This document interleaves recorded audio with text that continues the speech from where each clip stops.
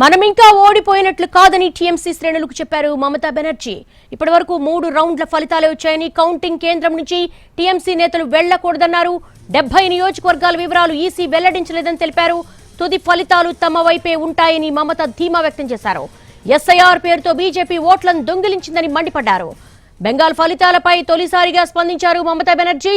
ఈ ఎన్నికల్లో మనమే గెలుస్తున్నామంటూ శ్రేణుల్లో ఉత్సాహం నింపే ప్రయత్నం చేశారు.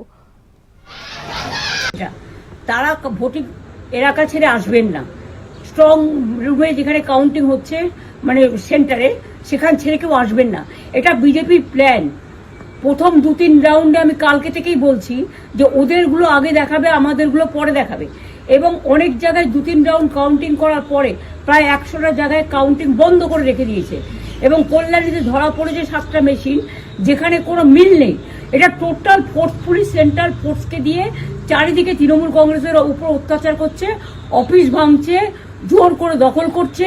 এসআইআর নামে আপনারা দেখেছেন ভোট লুট করেছে যাতে যে সিটগুলো জিততে পারে।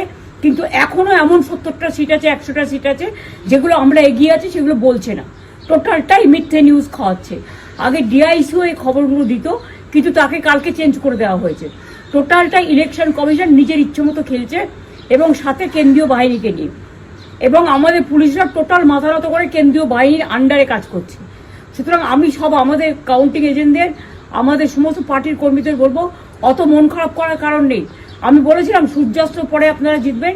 3 রাউন্ড 4 রাউন্ড কাউন্ট হলেও এটা 14 রাউন্ড থেকে 18 রাউন্ড কাউন্ট হয়, তখন আপনারা জিতবেন। Wait and see, watch.